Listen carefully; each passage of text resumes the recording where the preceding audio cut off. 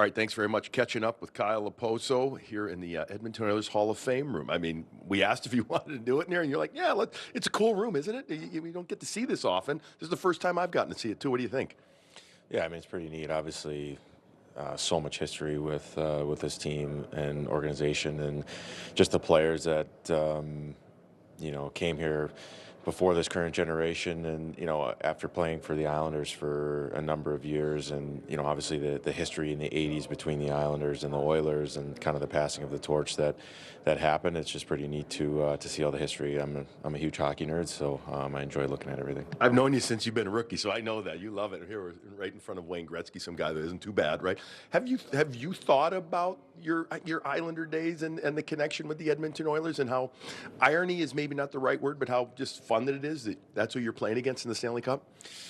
Yeah, it just kind of goes in the back of your mind every now and again. But after last game, not after game, I can't remember if it was game one or two, but my son was down in the parking garage, and Wayne happened to come out, and my son was just completely starstruck and just said, "Hello, Mr. Gretzky," and he's 8, so that was just a pretty cool moment. And he's just such an icon of the game. And as for me personally, I'm just, like I said, I've said before, I'm happy to be here, and obviously it's a great team that we're playing, and we're looking to have a good effort game 4. Did Game 3 feel different? I mean, on your visiting team, you're in Edmonton. Did it have a different vibe to you at all, or was it just kind of just a progression of Game 1 and 2 that you guys had at home? Well, it was extremely loud, and we knew that it was going to be coming in.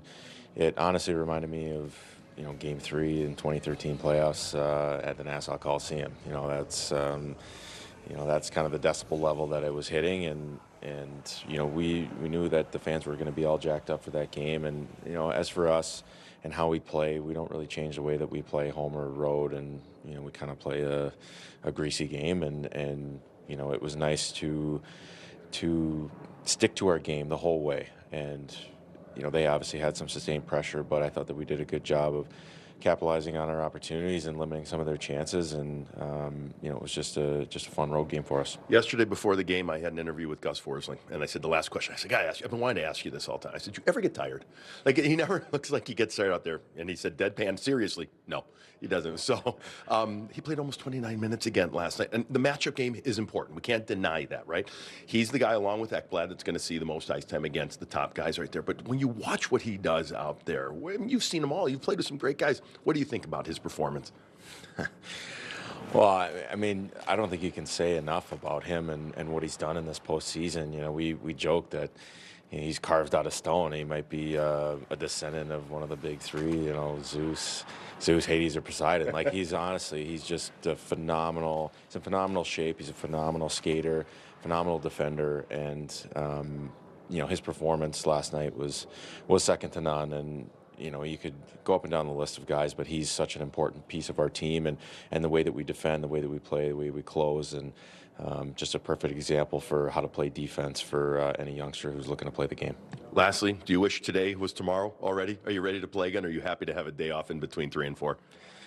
Honestly, I'm just trying to soak the moment in, and I just want to, today's an off day, so I'm going to try to have some fun and be around the guys, and just relax a little bit. And then when it's time to play that game, you get dialed in, you get locked in, and you go out there and you try to win your shift. And that's all that it is you have to keep your focus small, and that's what we're going to do tomorrow. But today, our focus is small on the task at hand, and that's winning the off day. It's not fun? Talking to me. We know it's fun. Go have some fun. Thanks for joining us here, bud. Thanks, Billy.